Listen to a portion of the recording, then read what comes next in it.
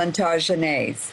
So in 1900, they stopped using the name Plantagenet, the family name, but 65 or 85 members of the House of Lords in England are Plantagenets without the name.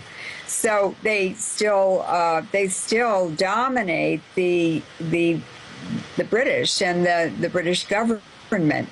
So in that sense, we have to go back to the Crusades, which followed. 1099 was the first crusade to the Middle East, and it was supposedly to protect the holy relics and the holy churches and so forth of Christianity in Jerusalem and in that part of the Middle East, even Syria, Cyprus, they were all over the place. So in the first crusade in 1099, there were many pilgrims who went to the Middle East, but they had to carry all their valuables and money and resources with them. And there were many, many bandits and thieves and things like that attacked them and stole their money and whatever they had and killed them also. So what happened in the Second Crusade is that there were 9 knights, and these were nobility. They were nobles. You had to be a noble to be a knight, and there were just 9 of them. They didn't have any money or anything, but they came together, and they were organized by let's see, what was his name? Hugues de Payens, and he organized them to accompany pilgrims to protect them in the Middle East and so forth. And the 9 of them went to Jerusalem, and they were able to finally get official recognition from the Pope, which really established them. And that was in that was 1129. They were officially recognized as the Knights Templar. And Templar refers to the Temple of Solomon, which had a church on top of it, or a mosque or something, but it was, but underneath it in the rubble, in the archaeology below the surface, was the Temple of Solomon from the Bible. So from then on, they were referred to as the Knights Templar, referring to Solomon's temple.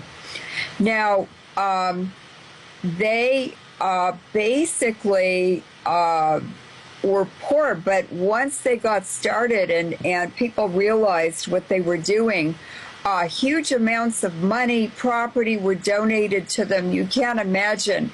They became very, very, very wealthy, very rich. And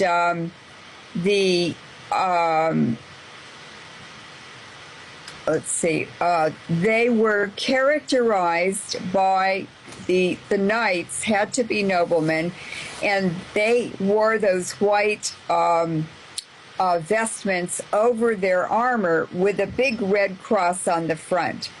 And that indicated that they were a Knights Templar, a Knight of Templar. Now, at the peak, they lasted about 200 years, and at the peak, they had a membership of about 160,000 from across Europe. They also incorporated the Palestinians and people from the Middle East into the Knights Templar and took them back to Europe with them. But these people, the Jesuits and everyone who's working for them, they know all the bloodlines. And the Mormons were also set up by the Jesuits. The Mormon Genealogy Project is to identify all the bloodlines of everyone in the U.S. for their grand plan of culling this society. In other words, they want to kill off certain bloodlines, and they hate all Protestants and non-Catholics, no matter what religion you are. So, so in doing work like this and research like this, it's really exciting because you learn the real history. You learn the history of your own family. You learn all kinds of things in the right context to understand how this world works and how it was set up. So the Knights Templars were basically advance shock troops in major battles during the Crusades. And yes. Yeah. This is what interests me. I mean, among many other things. You say they were 160,000 strong at the peak. There was a great secrecy about their ritual. They had satanic cult beliefs and practices. Yes. They could not marry or own property. That's right. And they were the origin of 18th century Freemasonry, the signs and symbols. How did that come about? Because that seems to be the huge carryover into the Jesuits.